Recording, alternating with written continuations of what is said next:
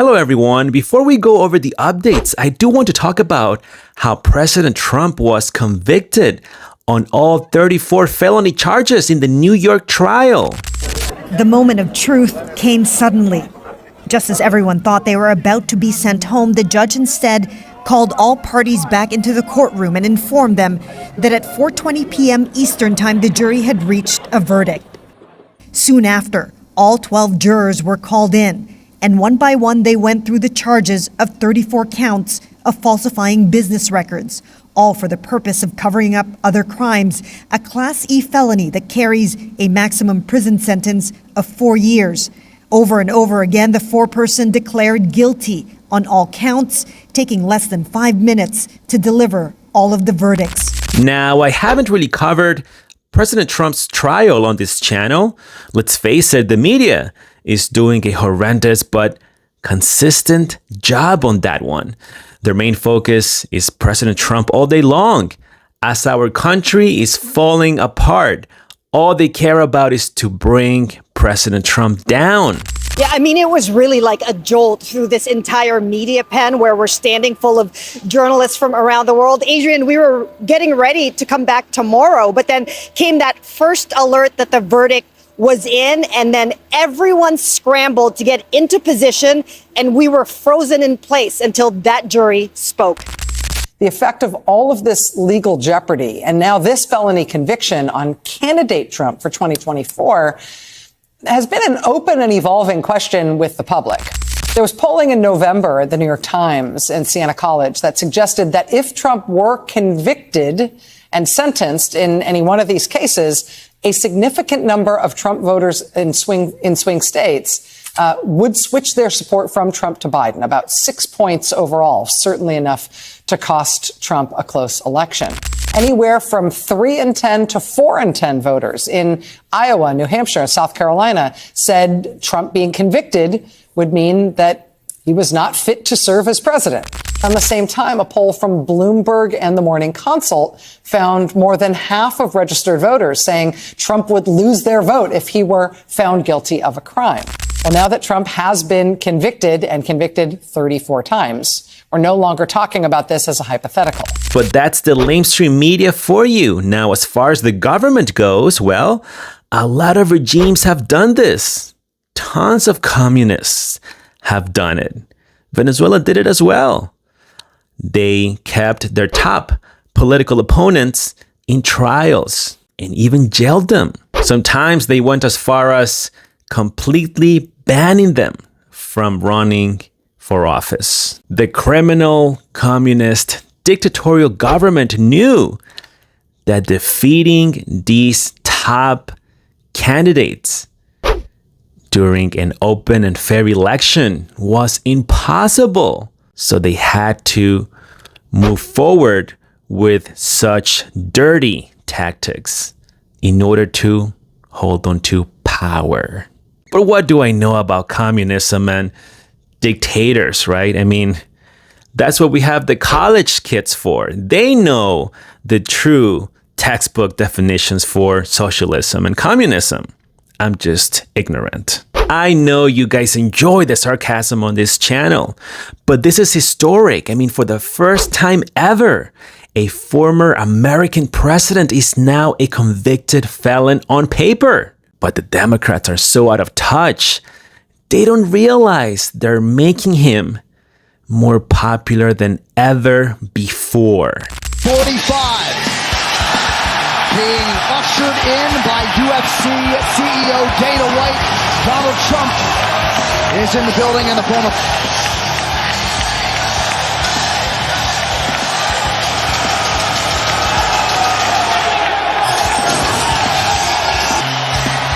Boy, the round of applause he's getting right now is pretty staggering. And you had to imagine that's what was going to happen. Thank you, sir. Jersey, the fan response has been absolutely insane. On the other hand, if you are on that side that says, wait a minute, he is a criminal, he is a liar, he is corrupt, well, that's totally fine. This is America. You can think whatever the hell you want, and it's okay. That's why we are free here. But I do want to reply to you and say, why don't we hold everyone accountable the same way? If we do that, then I can tell you this is not political persecution. That shouldn't be too much to ask, right? What about Nancy and her husband? What happened with the insider trading? Are we going to open an investigation on that matter or no? Take Nancy Pelosi. While Speaker of the House, she and her husband were offered and accepted an insider's opportunity to invest in a credit card company, just as tough legislation affecting the industry was making its way through the House. Did you consider that to be a conflict of interest? I don't know what your point is of your question. Is there some point that you want to make with that? Well, I guess what I'm asking is, do you think it's all right for a speaker to accept a very preferential and favorable stock deal? Well, we didn't. This comes only a few weeks after House Speaker Nancy Pelosi doubled down on members' right to invest in the stock market. Should members of Congress and their spouses be banned from trading individual stocks while serving in Congress? No, I don't know to the second one. This is a free market and people, we are a free market economy. They should be able to participate in that. Here's an example, Liz. March of 2021. And these are either impeccable instincts or something else, but Paul Pelosi exercised options to purchase 25,000 Microsoft shares worth $5 million, okay? And then less than 2 weeks later, wow, lo and behold, the U.S. Army disclosed a $22 billion deal to buy augmented reality headsets from, ding, ding, ding, Microsoft. And shares of the companies, their shares of the company rose sharply after the deal was announced. So either Paul Pelosi somehow knew this is just the right time to buy Microsoft, or perhaps his wife, the House Speaker, knew that that contract was coming down the pike. And there are other examples as well here. Now tell me about George W. Bush and the Iraq War, where so many people died, including thousands of Americans. Fellow citizens, at this hour, American and coalition forces are in the early stages of military operations to disarm Iraq, to free its people, and to defend the world from grave danger. It was the White House Correspondents' Dinner of 2005, and it includes President Bush joking around about the missing weapons of mass destruction, and is followed by the First Lady, Laura Bush. Those weapons of mass destruction got to be somewhere. Nope, no weapons over there. Maybe under here.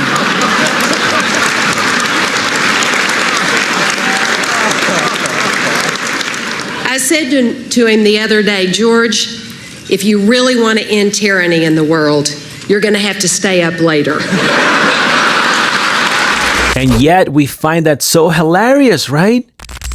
In contrast, Russian elections are rigged. Political opponents are imprisoned or otherwise eliminated from participating in the electoral process.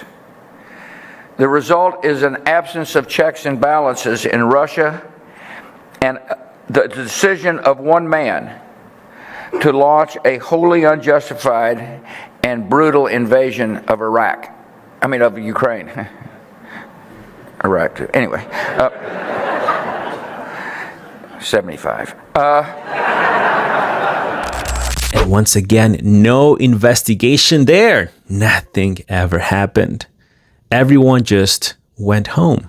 What about President Obama and his very odd relationship with the anti-American Iran, including those millions of dollars payments in cash that resembled a money laundering scheme to support terrorism?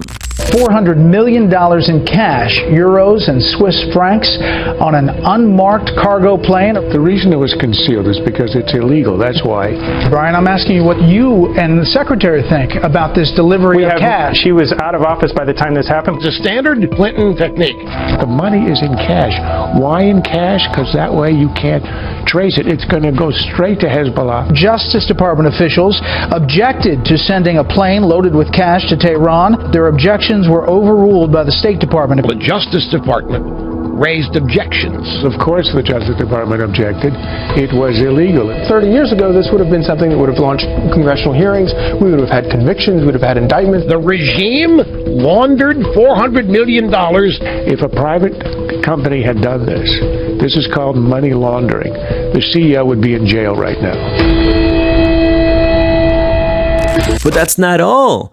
He made more payments.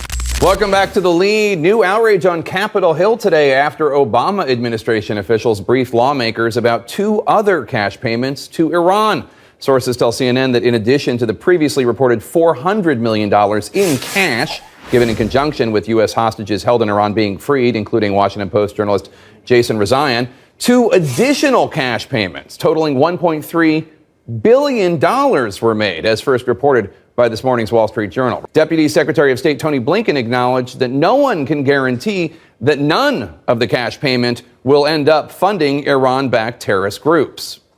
We can't say that not one single dollar will go there. What we can say, based on what we've seen so far, is that virtually all of it is going into the economy, not into the military. The Treasury Department has said that the payments had to be made in cash, Swiss francs, euros, and other currencies, because sanctions have been so effective at isolating Iran from the world's financial systems.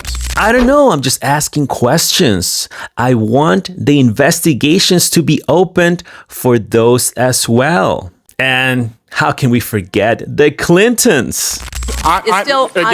We were misled that there were supposedly protests and then something sprang out of that, an assault sprang out of that. And that was easily ascertained that was not the fact. And the American people could have known that within days, and they didn't know that. With all due respect, the fact is we had 4 dead Americans. Was it because of a protest, or was it because of guys out for a walk one night who decided they'd go kill some Americans? What difference at this point does it make? You were directing the State Department response the night of September 11th, 2012, but you also stated that you left your office on the night of the attacks and went to your home in Northwest Washington because you said you knew the next few days were going to be taxing and the department was going to be looking to you. Who else was at your home? Were you alone? I was alone, yes. The whole night? Well, yes, the whole night. Well, I don't know why that's funny. I mean, did you have any in-person briefings? I don't find it funny at all. You learned that she, in fact, deleted 32,000 emails that she deemed personal, and it goes back to that question, trust me, she gets to decide what's personal and what it should be in the public record. In 1994, Jones filed a civil lawsuit against Clinton for sexual harassment. In 1998, they settled out of court with Clinton paying Jones $850,000. There's the check. And show them the check. There's the check. It's your check. Paula's not going to be saying anything. Her attorneys are here today. So kind of officially, I think what we... And the doctor says, Plummer, why so much? He says, I have to buy a new faucet. Oh, yes, and Joe Biden, of course. Our committees have unearthed substantial evidence of President Biden and his family's corruption. The Bidens created 20 shell companies, most of which were created when Joe Biden was vice president. A shell company is a company with no assets or no known purpose. We've determined that the Bidens had 20 shell companies. The Bidens and their associates raked in over $30 million from China, Russia, Ukraine, Kazakhstan, Romania, and Democrat donors. 10 members of the Biden family, including Joe Biden, either participated or benefited from the family influence peddling schemes. What was the Biden family business? That's been a big question of this whole investigation. What was the business? Biden family associates testified that Joe Biden was the brand. President Biden has repeatedly lied to the American people that he never interacted with his son's associates. But when Joe Biden was vice president, he spoke to his son's associates by speakerphone over 20 times. He dined with foreign oligarchs and a Burisma executive and had coffee with his son's Chinese associate, all while he was vice president. Therefore, don't come to me with that nonsense that Trump did this, Trump did that. Let's hold everyone accountable first, especially those that held public office before him. And those that I just mentioned were only a few. There's a lot more that I couldn't put on the video because we'll be here all day long. But you get my drift. The fact of the matter is that we now have a former president convicted of a felony, but not for the Iraq War or for a massive money laundering scheme with other countries that hate America, by the way, or for spying on Americans, or even insider trading. No. It is for a misclassified $130,000 payment for a porn star's non-disclosure agreement. What a time to be alive. So yes, Americans, your government hates you. That being said, let's go over the disastrous border updates thanks to Joe Senile Biden. Let's get started.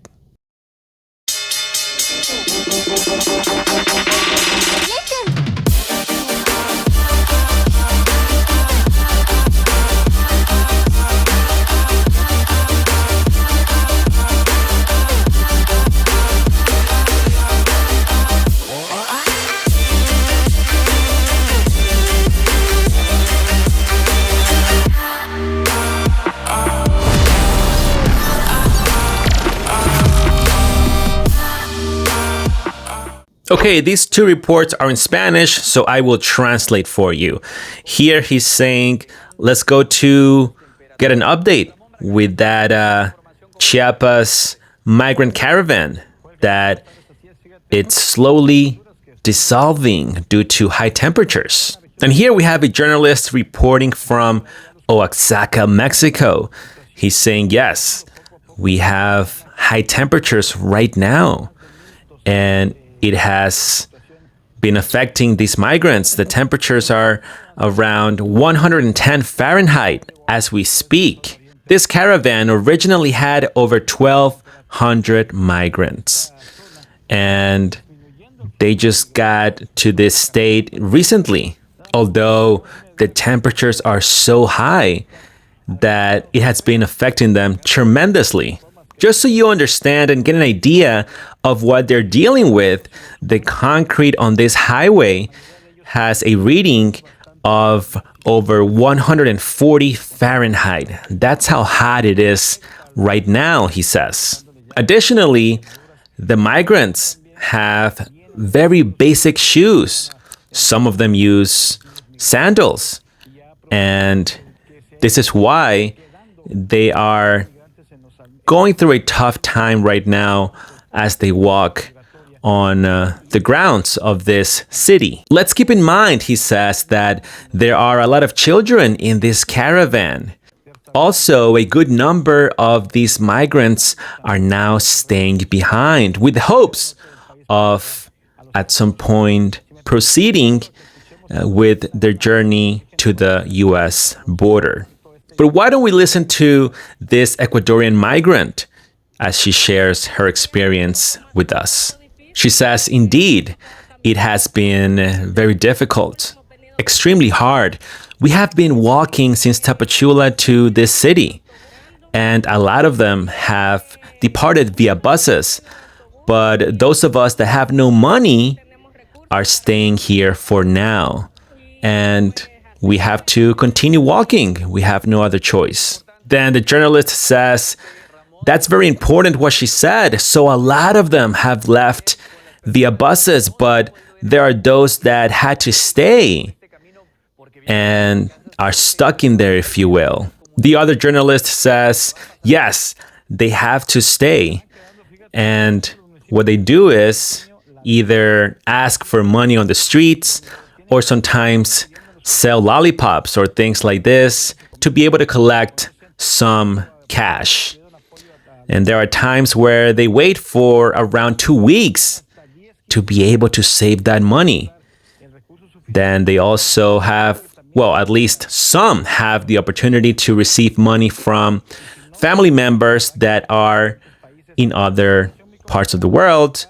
And this is very complicated as they are trying to save that money for those bus tickets. Furthermore, these migrants have been taking showers in a river that is contaminated.